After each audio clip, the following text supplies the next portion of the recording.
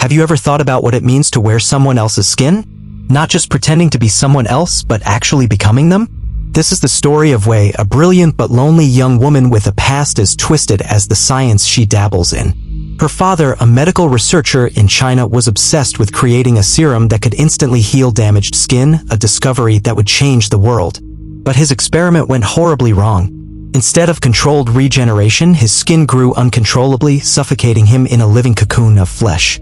You might wonder, why would anyone continue such dangerous work? But for Wei, this wasn't just science. It was personal.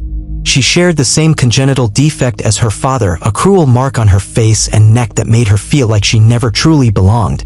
When he died, his research was left incomplete. She was determined to finish it.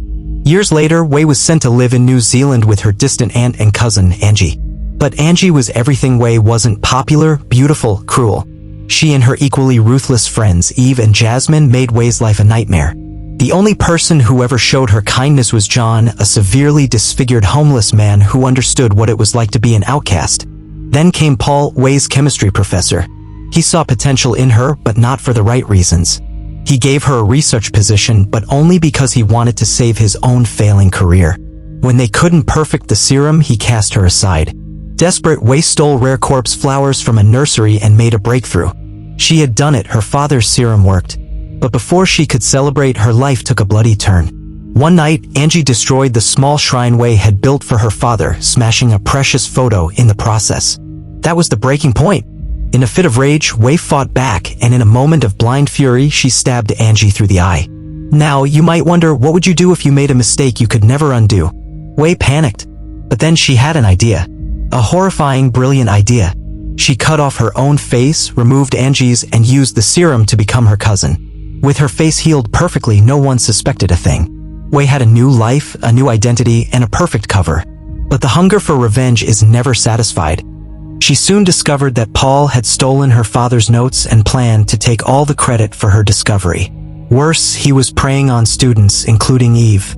Seeing her chance, Wei lured Eve into a trap, killed her with a power drill, and stole her face too. With a little blonde hair dye and contact lenses, she slipped into Eve's life just long enough to sabotage Paul, exposing him as a predator and ruining his career.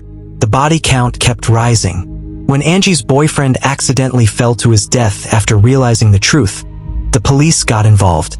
Jasmine, the last of Angie's friends, stopped by the house and made a grisly discovery. 2 severed heads, frozen in the fridge like grotesque trophies. Before she could scream, Wei smothered her with plastic wrap. Then came Paul.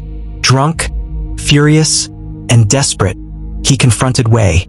He knew she was behind everything. But instead of running, she played one last trick. She told him the missing serum sample was in her fridge. The moment he opened it, she struck, injecting him with the same flawed serum that had killed her father. Helpless, he watched in terror as his own skin began growing out of control, swallowing him alive. But Wei had stayed too long. A nosy neighbor had seen her and called the police.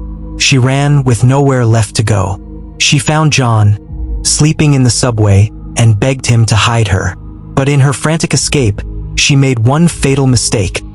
The last remaining vial of the serum shattered in her pocket. Months passed. The police never found Wei. Then, one day, her aunt saw a girl on the street, someone who looked just like her lost niece. But when she turned, the woman beneath the tattered blanket was something else entirely. It was Wei, or at least what was left of her. Her flesh had fused with John's rotting corpse, her body twisted into something no longer human. Have you ever wondered what happens when you go too far? When you chase a dream so obsessively that it consumes you? Wei learned the answer, and in the end, she wore more than just a new face. She became a monster, inside and out.